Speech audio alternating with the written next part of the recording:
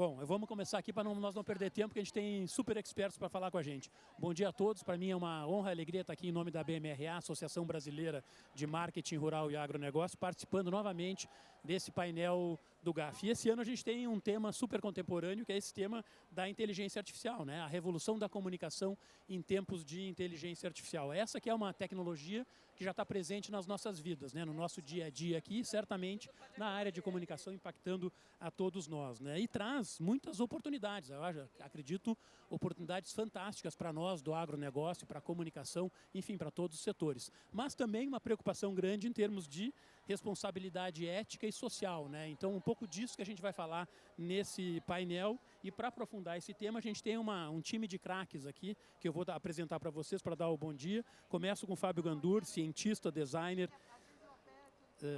de inovação, um visionário em tecnologias. Conheço ele há muitos anos, acompanhei ele, a carreira dele na IBM. Descobri hoje que ele já foi professor de cursinho também. Então, Fábio, seja muito bem-vindo. Nada é perfeito. Nada é perfeito, fui sim. Obrigado, Donário. Obrigado pela organização, por correr o risco de me convidar. Eu costumo dizer que me convidar é sempre muito arriscado, mas enfim, vamos ver se a gente entrega aqui alguma coisa para vocês levarem para casa, que no fundo é o que importa. Muito bem, essa é a entrada do Fábio, que é uma fera aqui. Também tem com a gente aqui o Adriano Henrique, que é especialista em mídia digital, automação e estratégias de comunicação, teve uma carreira brilhante no Google e hoje é CEO da Artificial Games. Então está aqui com a gente, seja bem-vindo, Adriano. Obrigado, um prazer estar aqui, orgulho de estar com esse painel tão brilhante. Legal ter você com a gente. E por último, mas talvez mais importante aqui, o homem da ética e do futuro aqui, o Sérgio Pompilho, que é presidente do CONAR, para quem não sabe, o Conselho de Autorregulamentação Publicitária, é também presidente do Conselho Superior da ABA, Associação Brasileira de Anunciantes, e um expert aí, autoridade máxima em ética publicitária no Brasil. Bom dia, Sérgio. Obrigado, Donário. E adjetivos à parte, será um prazer aqui participar com vocês e ter essa discussão. Bom dia a todos. Muito legal estar com vocês. Bom, para começar aqui, nós vamos começar chamando o Dr. Fábio, porque ele também é médico, né? Que vai nos mostrar um pouco dessa inteligência artificial, o que ela promete para o futuro, né? Dessas transformações que estão acontecendo e nos dá aí um pouco de o que vem pela frente, Fábio. Está contigo a palavra. Muito obrigado, novamente. É interessante a gente ver como a comunicação exerce um papel importante nos agregados humanos. E eu vim para cá ontem para prestar atenção na comunicação e percebi que a comunicação ontem trafegou por alguns momentos. Começou com um momento bem político, depois virou um momento econômico, depois caminhou para um momento técnico, em geral, até terminar num momento bem humano, com shows de diversão. Bem interessante a gente ver a comunicação, como ela retrata o que está acontecendo entre as pessoas.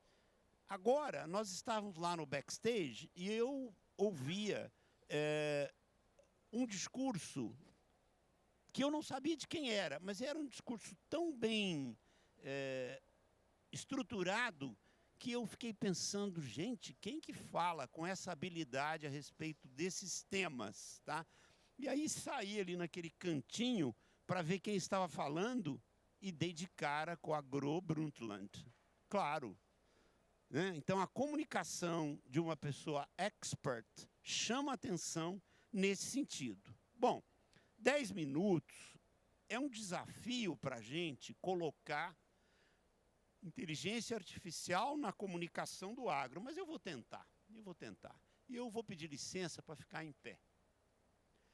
Aqui eu tenho um resumo da minha trajetória e eu, depois de passar pela área de tecnologia, e eu sempre coloquei tecnologia a serviço das pessoas, hoje eu me sinto numa posição privilegiada porque eu lido com um agro, na medida em que eu estou lá num sítiozinho perto de Campinas, onde eu planto café. Eu entendi muito o que acontece com plantar alguma coisa, nem que seja em caráter experimental, depois que eu fui parar nessa terrinha lá perto de Campinas, na medida em que me desliguei do mundo corporativo. Eu preciso fazer aqui uma declaração. Essa apresentação foi toda feita com uma inteligência artificial gratuita. Eu forneci o conteúdo e o grafismo foi essa inteligência artificial gratuita que construiu. Por ser gratuita, é um grafismo bem simples, ilustra com perfeição o que a inteligência artificial consegue fazer. Muito bem. É preciso, para endereçar o impacto da inteligência artificial na comunicação do agro, é preciso responder duas perguntas. Quais são as tecnologias promissoras e como a inteligência artificial vai lidar com elas? Aqui está a lista das tecnologias que hoje interferem no agro, e eu meio que dei sorte. Há uns 5 anos existia nesse ambiente de tecnologia uma pessoa chamada Mary Meeker. De repente, um pouco antes da pandemia, a Mary Meeker desapareceu. Eu não sei por que razão, achou-se até que ela podia ter morrido, mas o fato é que há 2 semanas a Mary Meeker ressurgiu. Daqui a pouco a gente vai saber onde ela andou nesse período, que ela esteve absolutamente ausente. Ela ressurgiu com um relatório de 340 páginas. Tá? Não dava para eu colocar aqui. Perderam o som. Moçada da mesa. A turma perdeu o som. Não estão ouvindo.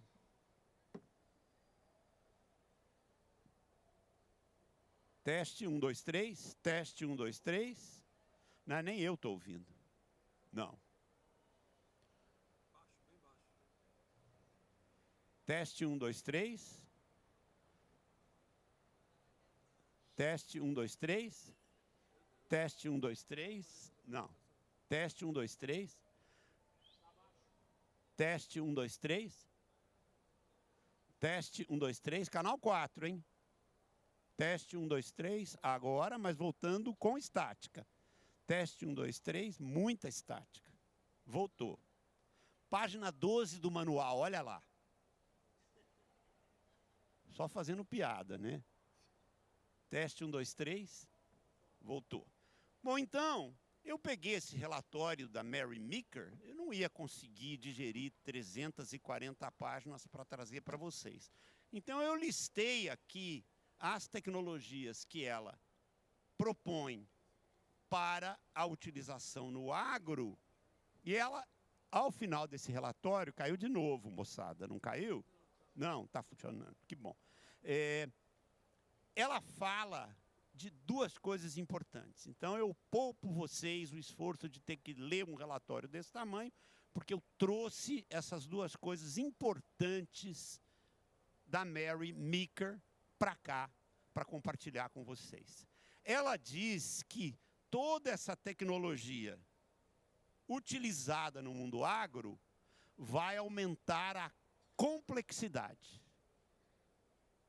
Isso é bom ou é ruim? Não, bom não é. É ruim. Essa tecnologia toda aplicada no mundo agro aumenta a complexidade. E, em seguida, ela diz que acredita que a inteligência artificial seja capaz de simplificar aquela complexidade. Uhul, melhorou. Tá?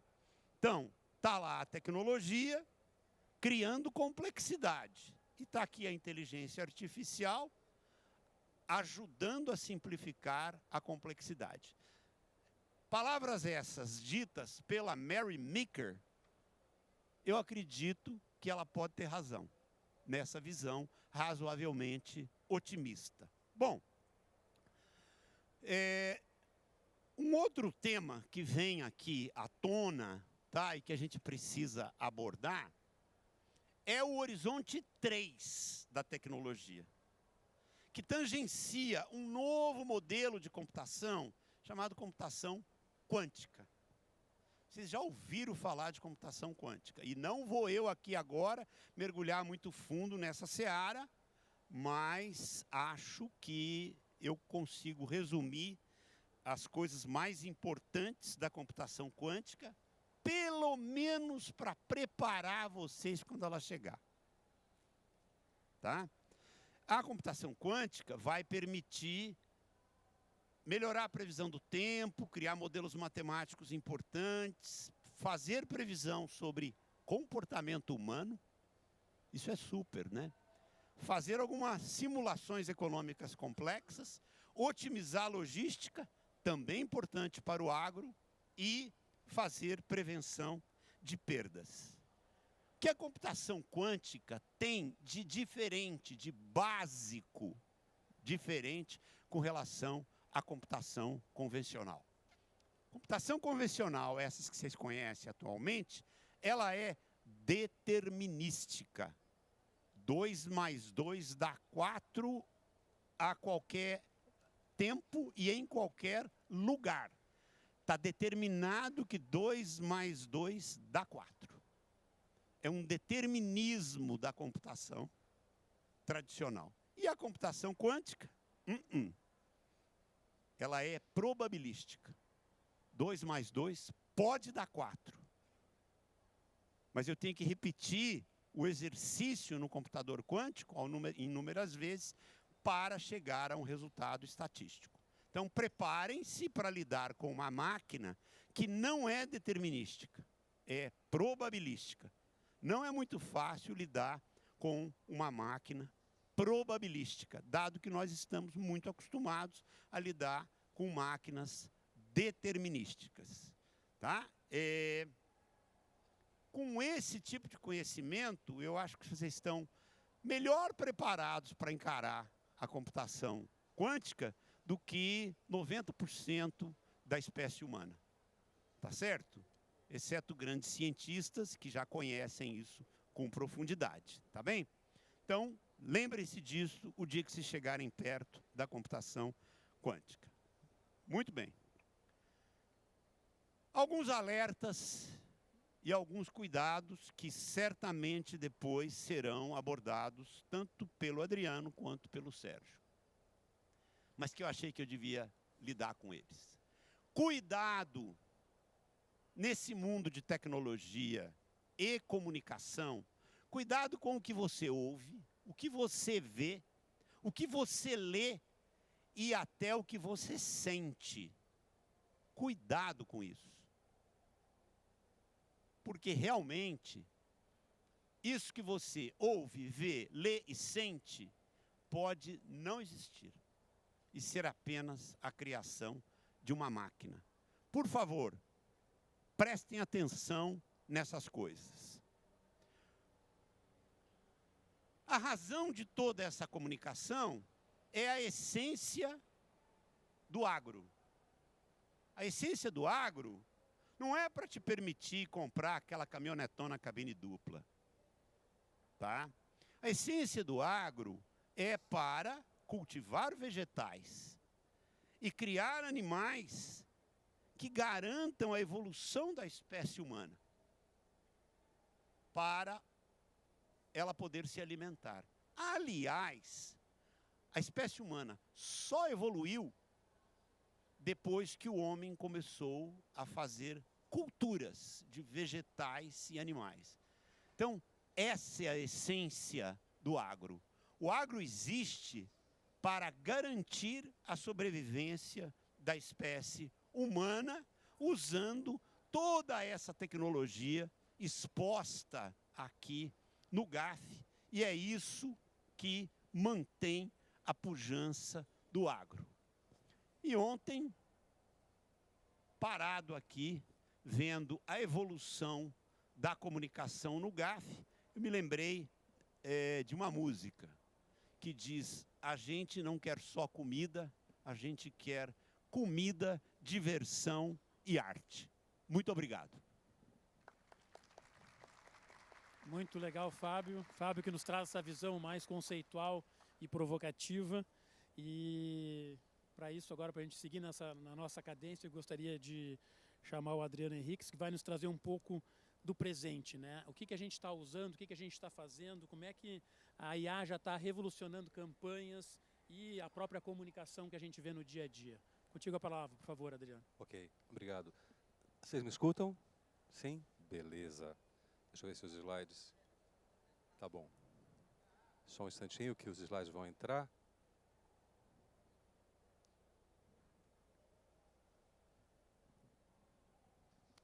Chegou. Bom, a ideia aqui é baixar um pouco esse aspecto técnico para o impacto que a inteligência artificial está trazendo no negócio da publicidade, na comunicação das empresas com clientes.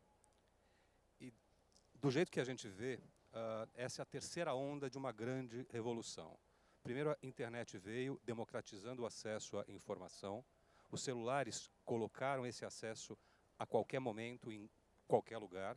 E a inteligência artificial está trazendo uma camada de assistência e de processamento sobre isso. Os consumidores foram mais rápidos em adotar a inteligência artificial que as próprias empresas. A gente já vem usando inteligência artificial de uma forma invisível.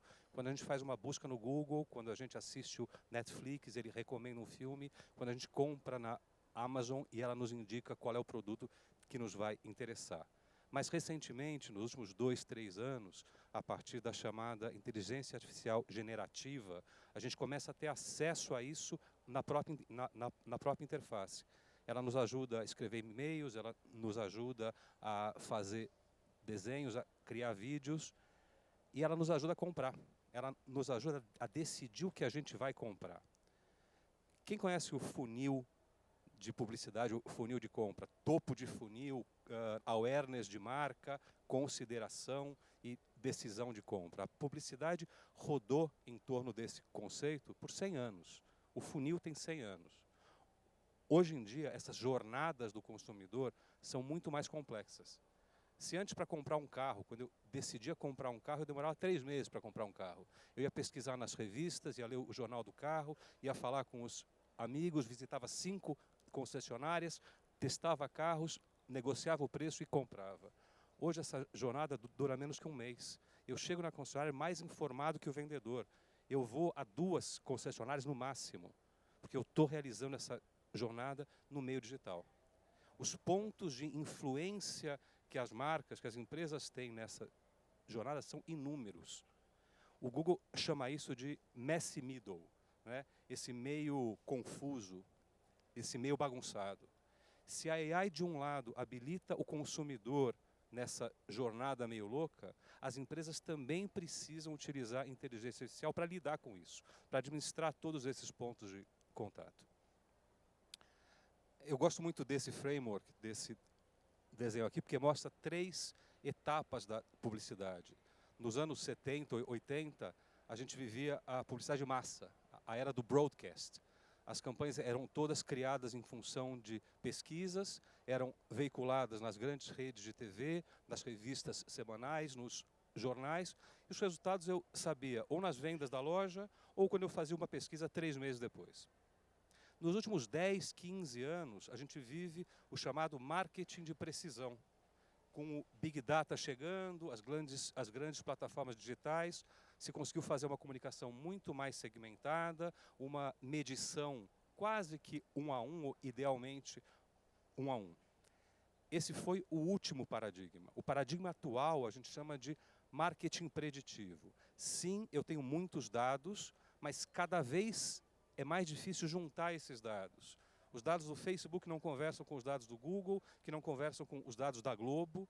Eu tenho várias plataformas, e a Apple é um exemplo, que não me permitem gravar os cookies e traçar essas jornadas. Ao mesmo tempo, eu tenho uma inteligência artificial poderosíssima que consegue tomar decisões em tempo real de que anúncio eu tenho que mostrar para cada pessoa e otimizar isso em função do impacto no negócio. É sobre esse novo modelo de publicidade que a gente vai falar hoje.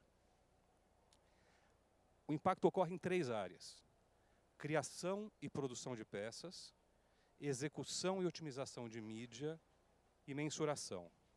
Eu lidero o Comitê de Inteligência Artificial do IAB. IAB é a Associação de Agências, Anunciantes e Veículos na Publicidade Digital.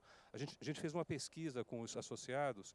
97% das empresas hoje utilizam inteligência artificial. O maior uso está em criação e produção, seguido por otimização de mídia e depois por mensuração. Eu vou gastar 2 minutinhos com cada um desses tópicos antes da gente começar a discussão. Em relação à criação, acho que todo mundo conhece o ChatGPT, o Gemini. Essas são ferramentas hoje do dia a dia de criação de textos publicitários, mas não são só elas. Eu tenho uma série de outras ferramentas, Dolly, agora o Vel 3, que me permitem criar vídeos de uma qualidade similar à que eu criaria com uma produtora de vídeos caríssima. Eu posso criar imagens, eu posso criar áudio. Isso dá uma velocidade e uma agilidade para as campanhas gigantescas e, ao mesmo tempo, potencializa a criatividade dessas agências.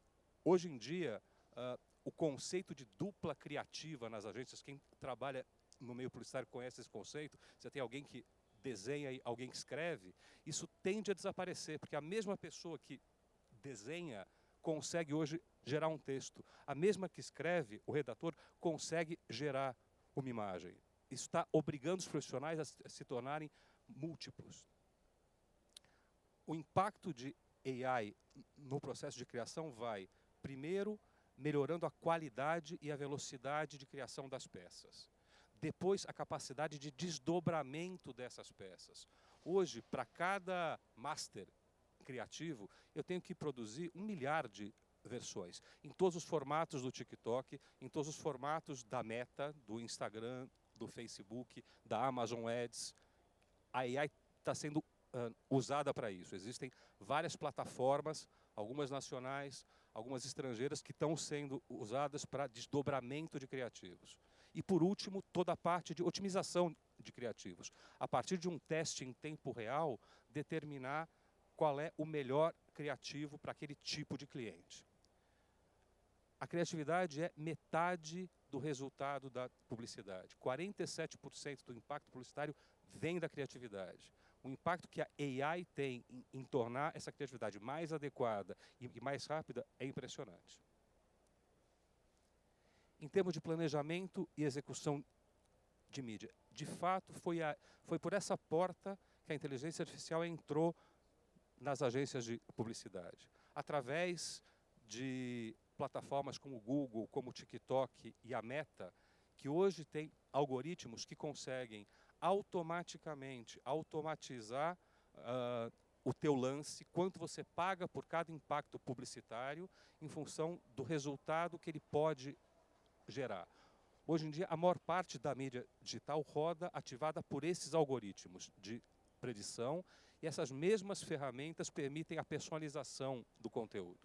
A grande dificuldade está em como fazer isso com várias plataformas simultaneamente. As grandes agências de publicidade, os grandes grupos publicitários estão desenvolvendo as suas próprias ferramentas de AI. A WPP tem a Core, a WPP Open, a Publicis tem a Core AI. Cada uma tem a sua ferramenta que busca otimizar cross-canal esse investimento. O próprio search está mudando. Se antes a gente tinha que otimizar por palavra-chave o buscador, cada vez mais eu vou ter que otimizar pela inteligência artificial, porque o buscador vai parar de me dar apenas links e vai me dar respostas completas. Como eu posso garantir que a minha marca e o meu produto vai ser mencionado por essa resposta? E, por fim, bom, aqui é um pouco o roteiro que as empresas têm que percorrer para utilizar melhor a otimização de mídia. Tudo começa com dados de qualidade sobre seu produto, sobre as suas vendas, passa por uso de tecnologia, automação desses processos, confiar na máquina para que ela tome, para que ela faça as decisões em tempo real, mas ao mesmo tempo monitorar isso a partir de indicadores para garantir que ela não saia do rumo. O terceiro ponto é o ponto de mensuração e atribuição. Até alguns anos atrás, a gente achava que ia conseguir atribuir o impacto, o valor de cada impacto publicitário na jornada de compra do consumidor. Isso se provou impossível. Os wallet gardens, os jardins murados, não permitem que os dados saiam de lá. Estou falando de Google, estou falando de Facebook, estou falando de Amazon. Ao mesmo tempo, eu tenho cada vez menos acesso a cookies, que são aqueles mecanismos de rastreamento dos clientes. Ou seja, todo esse paradigma novo de privacidade acaba prejudicando a maneira em que eu meço a eficiência da publicidade. Se eu não consigo mais medir de maneira direta, eu tenho que usar um outro sabor de inteligência artificial, que é o machine learning, que é a inteligência analítica, para complementar essa medição. E daí o ressurgimento de tecnologias como Media Mix Modeling e Test and Learn. Essas três são as grandes áreas, mas eu queria fechar com um ponto que eu acho tão importante quanto esse, que é o que as empresas têm que fazer para se adaptar a essa nova realidade. E esses dados aqui, está um pouquinho pequeno, mas eu vou resumir, vem de uma pesquisa do Boston Consulting Group, sobre o que diferencia as empresas que melhor usam tecnologia daquelas que pior têm resultado com tecnologia. E eles separam em dois grandes grupos de fatores. Um são técnicos, qualidade de dados, mensuração ponta a ponta e tecnologia integrada. Mas outros têm a ver com processos e pessoas. São a capacidade que a empresa tem de requalificar os seus talentos, de treinar suas equipes para utilizar a inteligência artificial. É um ponto de cultura, uma cultura agile, com direito de errar rápido e corrigir a rota. E, por fim, estabelecer parcerias com empresas que compartilhem desse mesmo pensamento. São esses fatores que diferenciam as empresas de sucesso. O que a gente está falando, de maneira simples, é que todo mundo vai ter acesso aos mesmos modelos de inteligência artificial. O carro é o mesmo. O que vai fazer diferença é o piloto, ou seja, a cultura, a equipe, os processos, e o combustível, os dados, o conteúdo e o uso que você faz da tecnologia. Eu queria fechar com um caso, com uma frase do Peter Drucker e um caso real. O grande perigo em tempos de turbulência não é a turbulência, é pensar com a cabeça de ontem. A empresa tem que se adaptar para poder tirar proveito da inteligência artificial. Esse filme, acho que aqui no Brasil, chamou O Maior Espetáculo da Terra. Quem conhece o mercado de cinema sabe que você lança um filme, ele tem uma bilheteria alta, a maior bilheteria nas primeiras semanas, e depois ele cai. Esse filme foi lançado e literalmente flopou. Ele não ia se pagar. Ele ia pagar os 80 e tantos milhões de dólares que foram gastos para que ele fosse lançado. A partir de análise de dados, a empresa, a 20th Century Fox, tem uma base de dados gigantesca, onde ela junta dados de venda de ingressos do Ticketmasters com dados do YouTube, de gente que assiste os trailers e comerciais. Ela percebeu que a campanha estava errada. A campanha estava focando no casal romântico, enquanto quem estava indo ver esse filme era um público muito conectado com os temas de diversidade. Em menos de 10 dias, ela refez a campanha inteira e soltou a campanha no ar. Algo incrível aconteceu. As vendas começaram a subir de novo, algumas semanas depois do que o filme havia sido lançado. E ele se tornou um dos 3 musicais mais bem-sucedidos em termos financeiros de todos os tempos. Onde está o mérito? Está nos dados? Está na tecnologia? Não. Está na capacidade da empresa de mudar a campanha inteira em uma semana. A velocidade de fazer isso e a coragem de fazer isso, confiando nos dados. Se a tua empresa não é ágil, você não vai conseguir tirar proveito da inteligência artificial. Essa é a parte boa. Agora o Sérgio vai falar para a gente do desafio, certo? Muito legal, Adriano. Muito bom, pessoal, a gente ouvir, né, exemplos concretos daquilo que está acontecendo, não apenas nas nossas vidas, mas você vê aqui na comunicação e no mundo real da publicidade, né? Acho que ficou bem claro que a coisa está acontecendo, né, Adriano? Mas também aqui, né, virando o jogo, né? Eu acho que é importante a gente entender que tudo isso traz um impacto, né? Ou potencial impacto na vida da gente e grandes responsabilidades, né? E para isso é importante a gente falar um pouco sobre isso, sobre ética, responsabilidade, como é que a gente encara tudo isso. Por isso a gente convida então o Sérgio Pompilho para abordar esses desafios éticos e como é que o Conar está vendo, como é que você está vendo, como é que a sua experiência no setor vê toda essa mudança no futuro. Obrigado, Donário. Obrigado, Fábio, Adriano. Acho que é um grande... O desafio ele continua para falar depois desses dois craques aqui, ao mesmo tempo em que os insights eles são múltiplos e muito interessantes, né? Antes de entrar no mérito aqui da apresentação, o Adriano acabou de comentar, confiar na máquina, mas com monitoria. Porque realmente hoje não existem respostas, né? O que eu vou trazer para você é como que o mercado publicitário, explicar um pouquinho o que é o Conar e como que o mercado publicitário ele vem se adaptando e, para usar uma analogia bastante conhecida, trocando as rodas com o carro andando. E essa é a grande realidade, porque o Fábio mencionou, temos uma tecnologia que está por vir e que muito provavelmente será bastante disruptiva, que é o computador quântico. Isso somado e conectado junto com um sistema de inteligência artificial vai levar a humanidade para caminhos que é difícil imaginar hoje. Então, qual que é o desafio, né? Como que a gente lida com isso? O Conar ele foi criado num momento e num ambiente há 45, esse ano ele completa 45 anos de idade, no momento em que o país passava por uma censura bastante grande e havia ali um movimento de censura em relação ao mercado publicitário brasileiro. Naquela época, os representantes do setor se uniram e disseram não faz sentido, porque vamos tratar o mercado publicitário pelas pessoas que conhecem esse mercado publicitário e que têm condições de agregar e de realmente levantar o patamar ético dessa discussão. E assim foi a criação do Conar, baseado num tripé formado basicamente entre anunciantes, agências e veículos, e o sistema ele funcionou muito bem até então. Até o advento da internet, né? O advento da internet e até antecipando um pouquinho essa discussão, ele traz um modelo que sai do modelo tradicional de comunicação e entra onde você realmente tem mais de 100 milhões de pessoas com acesso à internet, com possibilidade de criação de conteúdo e não necessariamente preocupados em relação a qualquer limite ético que a gente pode assumir.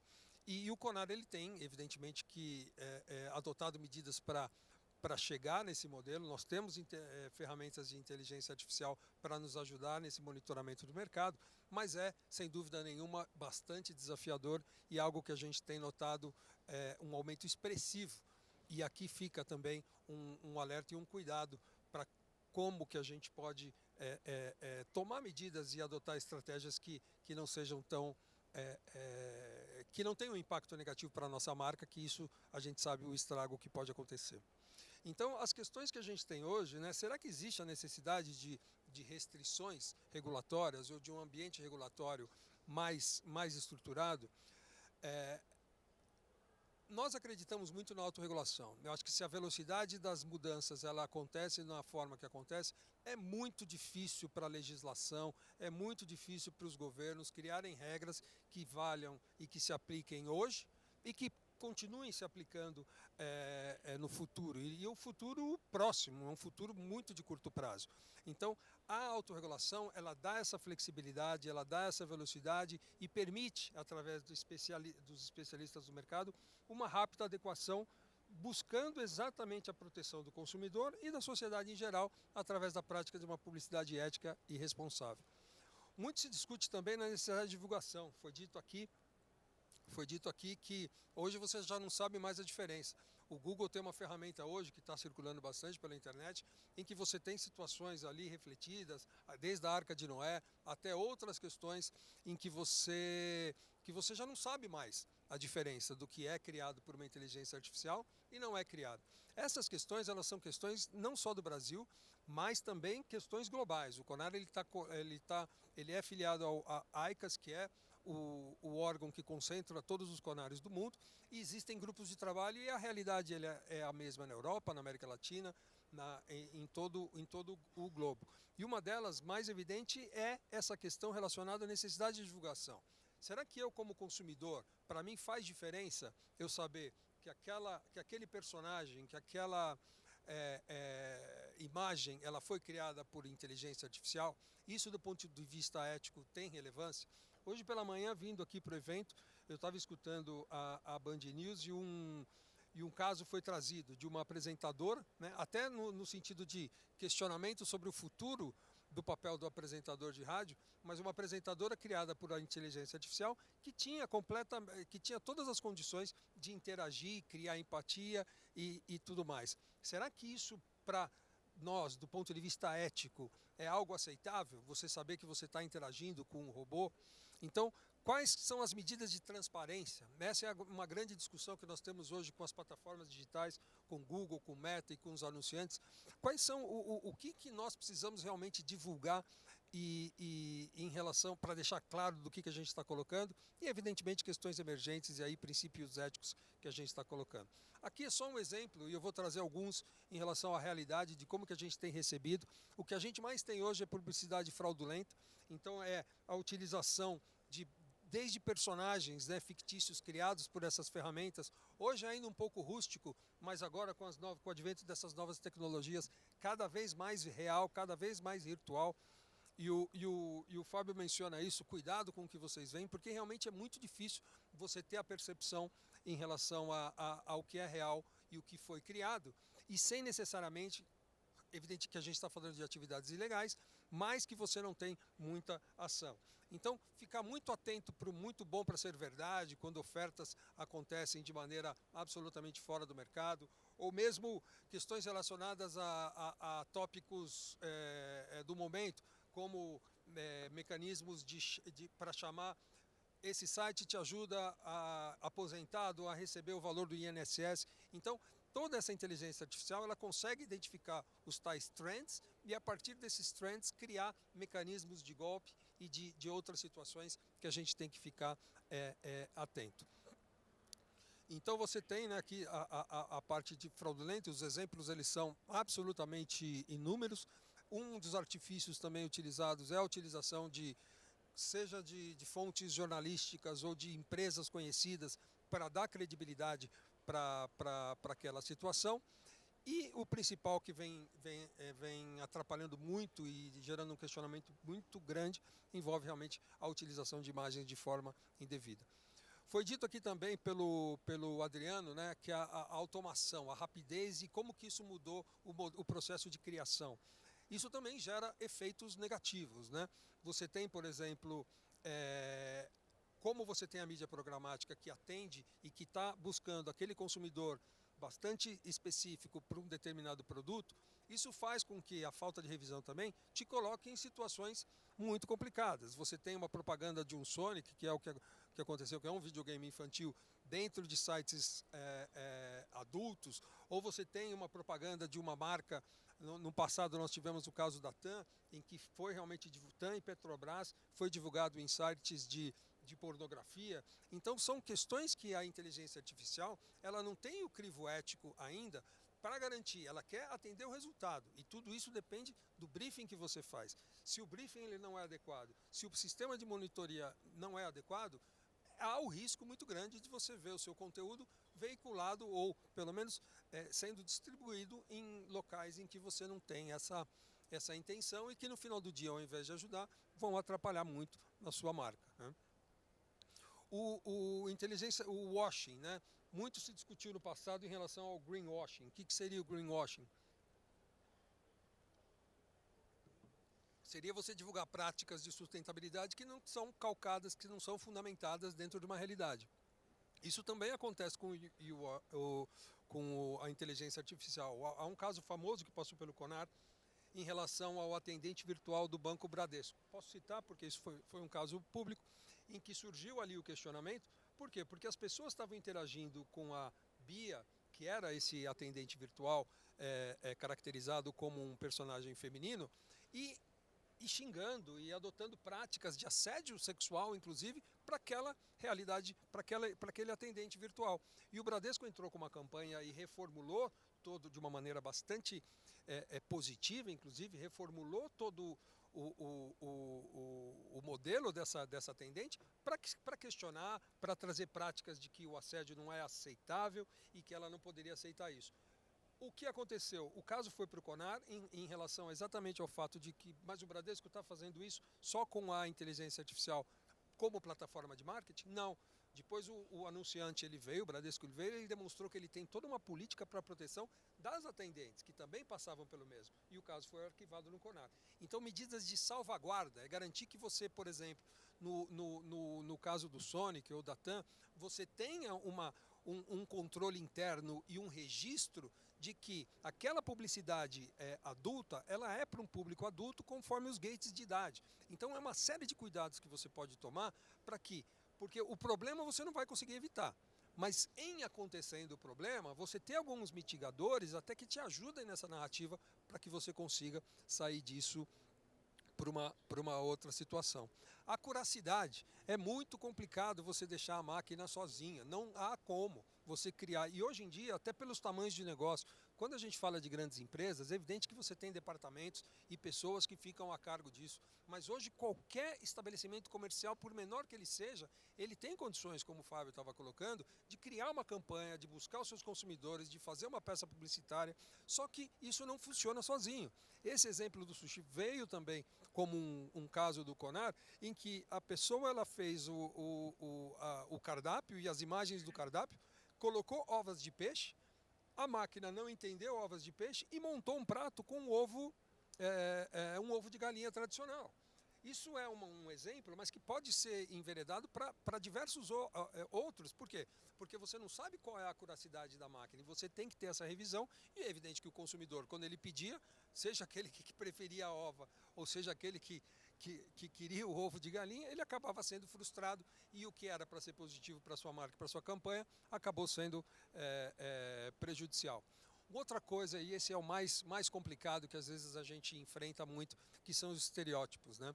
Essa é uma campanha real que aconteceu num determinado momento e a desculpa do anunciante foi exatamente essa. Essa peça ela foi criada por inteligência artificial, então realmente eu não tive esse controle. Mas aqui você tinha uma campanha para incentivando a vacinação e tinha a frase, não deixa a meningite acabar com o seu sonho, e colocou crianças em imagens com necessidades especiais. Ora, quer dizer então que uma criança que não tenha conseguido evitar por qualquer motivo e que hoje seja uma cadeirante, ela não tem mais direito a sonho? Então esses vieses, e são vieses de estereótipo em geral, de credo, cor, raça, eles são muito complicados e bastante difíceis de estabelecer dentro de um modelo de inteligência artificial. E aqui as questões sociais também, né? Você tem aqui uma série de exemplos, estou preocupado com o tempo por conta do nosso debate. Mas eu queria concluir com esse caso, né? Esse caso foi um caso emblemático dentro do CONAR e um dos primeiros relacionados à inteligência artificial. Eu não sei se vocês se lembram desse comercial, mas foi um comercial da Volkswagen, da Kombi, em que foi recriada a imagem da Elis Regina, a cantora já falecida, interagindo com a sua filha dentro de um ambiente. Essa campanha ela gerou inúmeros debates, né? E debates de fãs da cantora que disseram que, né, era um absurdo vincular a imagem de um ícone da música pop popular brasileira a uma campanha de veículo e que ela jamais aceitaria que essa música estivesse vinculada a alguma coisa. Outros adoraram e se emocionaram, inclusive, com a interação relacionada à entidade. Do ponto de vista da campanha, essa reclamação ela foi arquivada. E ela foi arquivada por uma série de motivos, dentre os quais a própria família, que era detentora do direito de utilização, concordou e entendeu que a forma com que a personagem ela estava sendo refletida era uma forma respeitosa e que, inclusive, reforçava ali os valores da personagem. Então, são questões éticas, né, que até que ponto, né, a gente pode mexer com pessoas que já faleceram e que sequer tinham ideia de que o nível de informação ele chega do jeito que a gente... Não quero lhe falar. Ah, eu tenho a imagem aqui. Será que dá tempo? Acho que não, né? Acho que não, acho que vamos deixar para o Não debate. quero lhe... Mas, em linhas gerais, a gente tem aqui questões de do's and don'ts, né? Mas eu acho que o ponto principal é a gente ter condições de ter certo que a inteligência artificial ela não cria, ela reagrupa, né? Então, até que ponto você poderia ter tudo que a inteligência artificial ela usa com base em algum material que foi criado por um artista, foi criado por um designer, por quem quer que seja. E a partir disso ela faz as suas próprias criações. Até que ponto isso gera um limite ético e uma discussão que a gente tem. Então, para finalizar, algumas recomendações, né? Eu acho que treinamento, educação, informação sobre o uso das ferramentas, acho que foi reforçado isso pelo Fábio de uma maneira bastante eficiente. Acompanhamento, né? A inteligência artificial ela ainda ela não está num ponto de poder viver sozinha. Isso gera um risco e gera uma complicação bastante grande para a sua marca. E as discussões éticas digitais, informação pelo produto, sem dúvida nenhuma, isso vai e já está revolucionando o mercado de publicidade brasileiro, mas é uma coisa que a gente precisa ficar sempre atento. Obrigado. Bom, muito legal, Sérgio. Bacana a gente ouvir todas essas reflexões aí, né, sobre a responsabilidade social e ética no uso de inteligência artificial. Eu acho que aqui, pessoal, a gente passou por 3 momentos, né? Falar de futuro, essas tecnologias, botar o pé no chão e ouvir do Adriano o que está acontecendo e essa visão de responsabilidade social e ética nesse uso da inteligência artificial. A gente tem pouco tempo, mas eu queria provocar aqui, fazer uma provocação rápida, que é um tema que sempre vem à tona, que é como é que a gente equilibra essa automação e a criatividade humana, né? Como é que o humano e a máquina interagem? Será que a gente está pronto para esse desafio de fazer essa transição? Fábio, começa e vamos passar nessa ordem, né? Nessa ordem. 1 minuto, tá bom? 1 minuto, tá bom. 1 minuto. Então eu vou resgatar o relatório da Mary Meeker, que eu citei agora há pouco, né? Onde ela coloca uma coisa muito interessante, muito interessante. O crescimento da inteligência artificial, medido pela adoção da tecnologia na sociedade, até hoje é o mais rápido de todos. Supera o telefone, supera a televisão, supera o da própria internet. Então tem um gráfico lá no relatório que mostra a adoção explosiva da inteligência artificial, vertiginosa.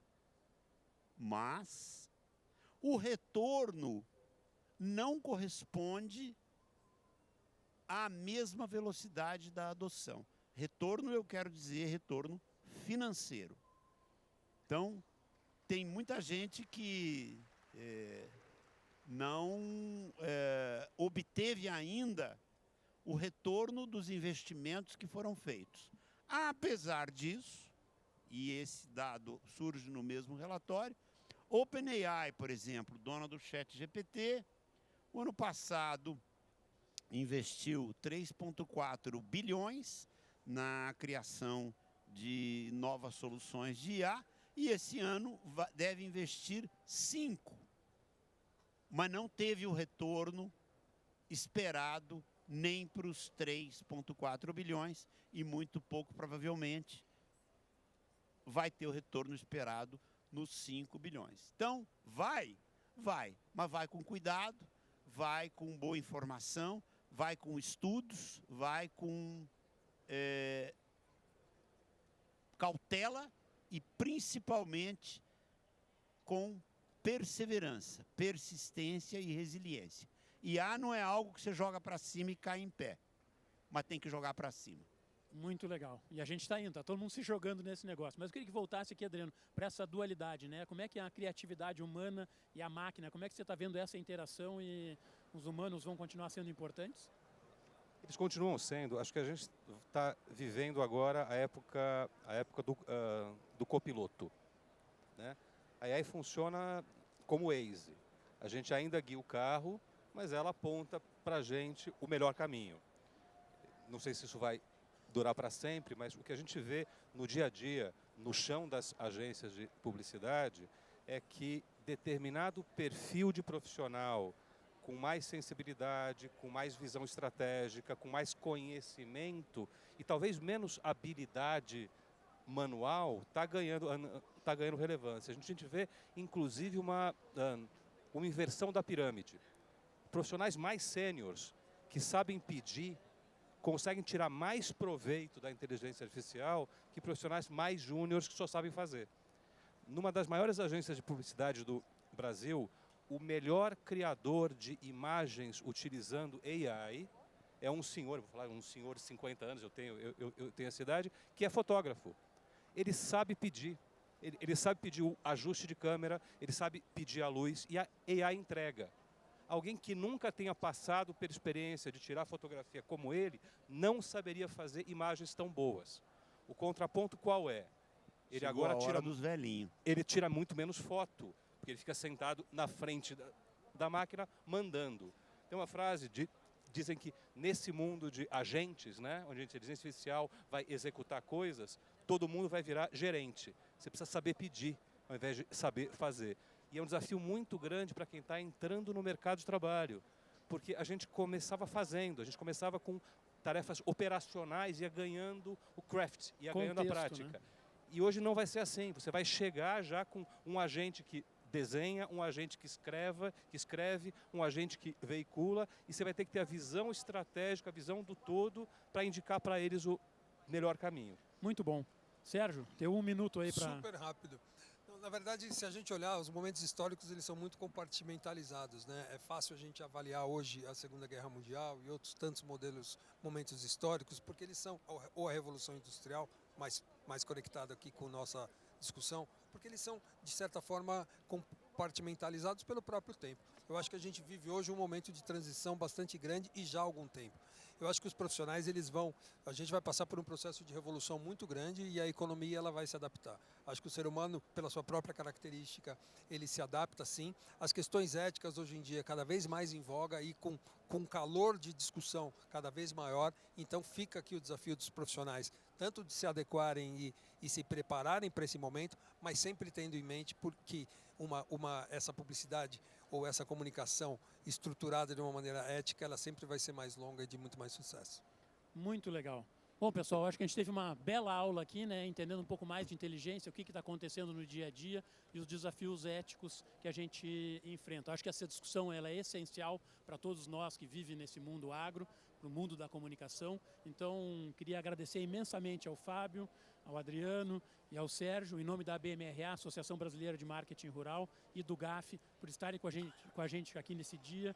E vamos em frente. Sucesso ao GAF. Eu estou muito orgulhoso de estar aqui como produtor rural e como membro das cadeias produtivas do agro, de ver essa coisa toda, essa potência toda que vocês também estão vivenciando. Então, que o GAF continue, que a gente tenha um longo dia de muito aprendizado ainda. Obrigado.